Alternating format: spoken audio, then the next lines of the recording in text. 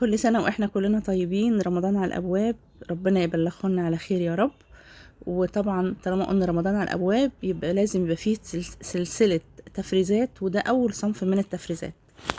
الكوردون بلو من الحاجات الحلوة جدا اللي بتنفعك في رمضان، في عزومات رمضان وغير عزومات رمضان كمان. اتمنى ان الفيديو يعجبكم، واي حد عايز اي صنف تاني ممكن يكتب لي في الكومنتات وانا اعمله لكم على طول.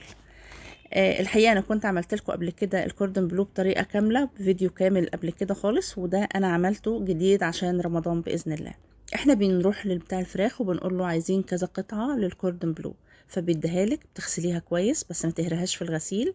بعد كده بتتبليها، بتبشري بصلايه وطماطمايه، مش كتير يعني، بصلايه وطماطمايه بتبشريها بشر ناعم، وكمان شويه ملح شويه فلفل شويه جوز الطيب، تمام كده بس.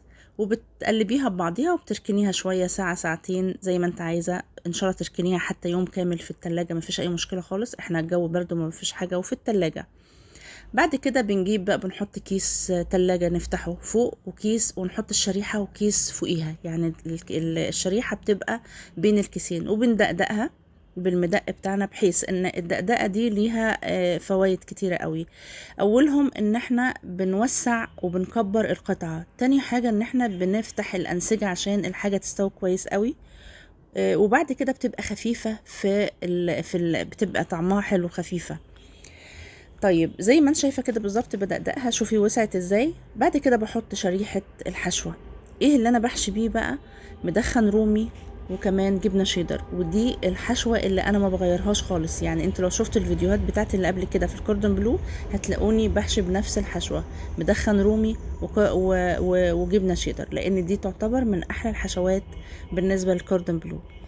طيب بعد كده بنلفها كده بالشكل الاسطواني ده، وبنقفلها بخله. والله انت لو مش عايزه تقفليها بخله بلاش، بس انا الحقيقه بحب اقفلها بخله، بحب اتاكد انها تبقى مقفوله كويس وضمان، وعلى العموم مش هتخسري حاجه. لما نيجي نسويها ونحمرها، هنشد الخله بسهوله جدا، هتطلع معانا. وقبل التقديم مش قبل التحمير، قبل ما نقدم الحاجه بعد ما تتحمر هنشد الخله وتطلع معانا بسهوله ومفيش اي مشكله خالص. بس انا ببقى متاكده ان هي مش هتفك مني خالص. بنكون محضرين بقى بيض متبل بالملح والفلفل ومضروب بالشوكة كويس قوي، وكمان بقسماط متبل بالملح والفلفل. ولو عايزة تزودي ممكن تزودي حبة 7 بهارات بسيطة قوي قوي، بس في كل الأحوال ما تكتريش ملح، عشان هيبقى عندك البانيه متبل والبيض متبل والبقسماط متبل، فلازم كل حاجة تبقى تاخد ملح خفيف خفيف خفيف في الآخر، يبقى كل حاجة طعمها مظبوط إن شاء الله. بتجيبي كيس تلاجة زي ده، ولو عندك استرتش يكون افضل طبعا، وبتحطي فيه حبة بقسماط، وبتلفي الكوردون بلو كده بطريقة اسطوانية عشان يبرم معاكي بس. وبتلفي بقى البتاع ده كده وبتبرميه كده وبتحطيه عشان تحتفظي بيه في الفريزر ان شاء الله. هجرب لكم كمان واحدة واتنين عشان تشوفوهم اكتر واكتر. على فكرة من الأصناف الجميلة جدا الخفيفة، ممكن واحدة من دول مع أي صنف كمان في رمضان تكفي، ويبقى فطار لذيذ جدا، مع شوية سلطة، مع ممكن تاكليه مع رز بشعرية، ممكن تاكليه مع مكرونة، أي صنف مكرونة. ممكن تاكليه كمان مع رز بسمتي، بيبقى حلو جدا جدا. مش هقولك بقى ممكن تاكليه دايت مع سلطة بس، لان في رمضان ما بينفعش الدايت خالص، بس الرز البسمتي ممكن ينفع من الحاجات الدايت، يعني مع الحاجات دي بتبقى حلوة خفيفة. بس بتظبطي بقى كل حاجتك وتكمليه، يعني تسحبي بقى من الفريزر وتعملي على طول، بتبقى حلوة قوي قوي. ان شاء الله هعمل لكم بقية الاصناف، كل الخزين بتاع رمضان ان شاء الله هعمله لكم باذن الله في فيديوهات كده زي ما انتم شايفين. بس بنبرم برضو كل الكمية اللي عندنا، هنعملها كده وفي الاخر نحطها في العلب ونحطها في الفريزر. طلعي منها بقى قبل الفطار بساعتين 3 عشان الجو ساقعة، مش هيفك بسرعة، يعني قبل الفطار لانه بيبقى متجمد قوي. فقبل الفطار بساعتين 3 هتطلعي بقى الكمية اللي انت عايزاها، عايزة تطلعي 2 3 10 براحتك خالص. سيبيه يفك نص فكة، لا تسيبيه يفك قوي ولا تسيبيه ناشف قوي.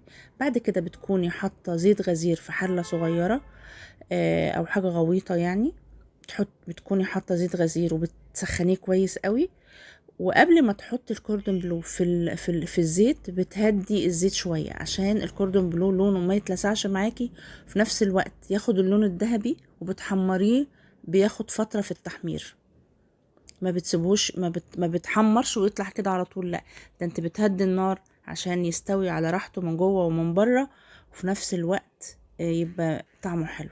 تمام كده. بعد ما بتحمر بتطلعيه، بتشيلي منه الخلة، وبعد كده بتقدميه بالطريقة اللي تعجبك وتريحك. شايفين ما شاء الله ال10 قطع عملوا 2 كيلو زيادة، فهي القطعة ما شاء الله كبيرة، مليانة محملة، وبألف هنا وشفا. ومطرح ما يسرم، كل سنة وانتم طيبين. احنا كده قفلنا العلب خلاص، وبتشال بالطريقة دي في الفريزر، وألف هنا وشفا.